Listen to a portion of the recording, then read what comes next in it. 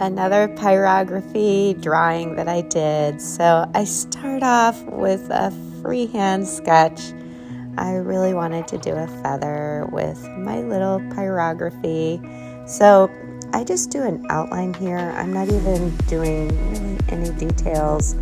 I just want to make sure that my composition on this palette of Birchwood is what I want. So I start by taking my pyrography tool, and of course always be careful and be well ventilated, know what you're burning and how it's treated.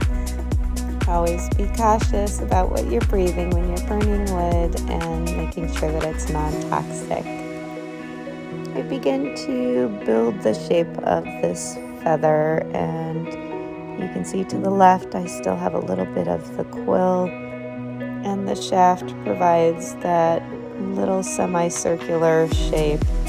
Now, as I'm drawing the details, and you can see that I am constantly moving my little cake plate, which I always use.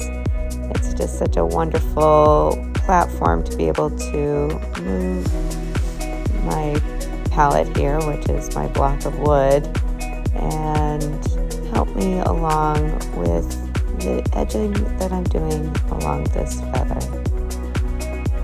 The shape that I'm doing comes in many forms.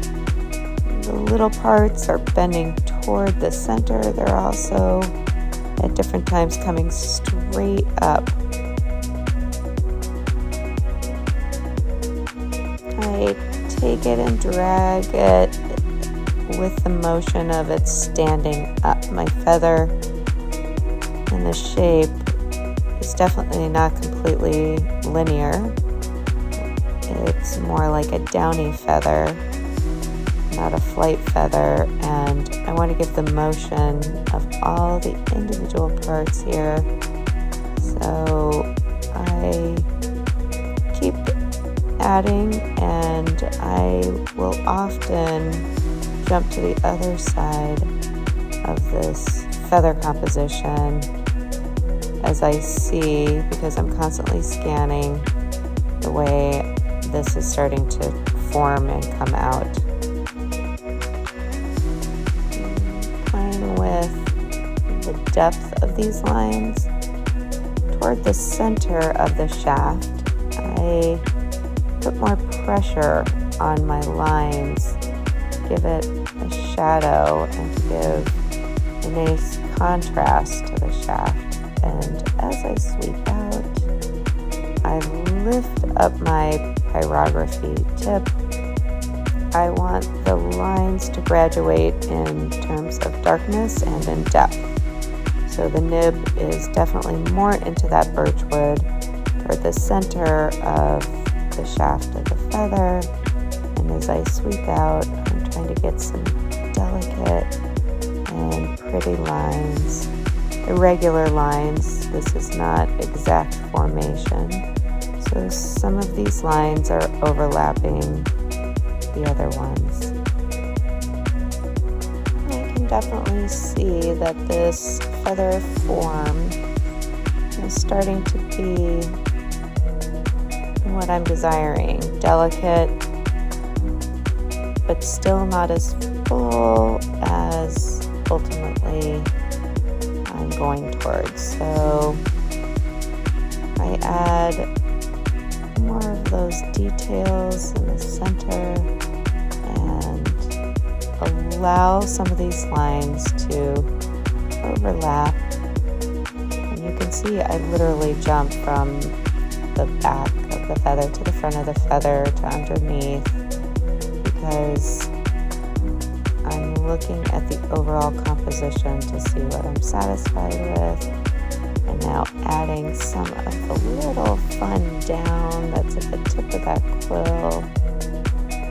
These are more delicate lines with fuzzy little portions in between to give that little downy feeling, and continually looking at the other portion of the feather. These lines over here are a little more free and delicate, going in different directions to give that wispy little downy feeling. And I definitely want to have a darker feel to the under part of the feather, as that's where it would naturally have a shadow. And the tips, just to give a little lightness to the tips.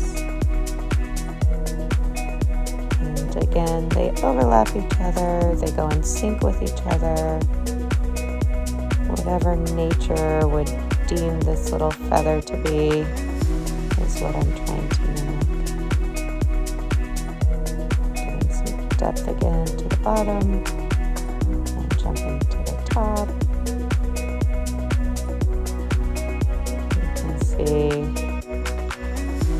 I play around with all portions of it.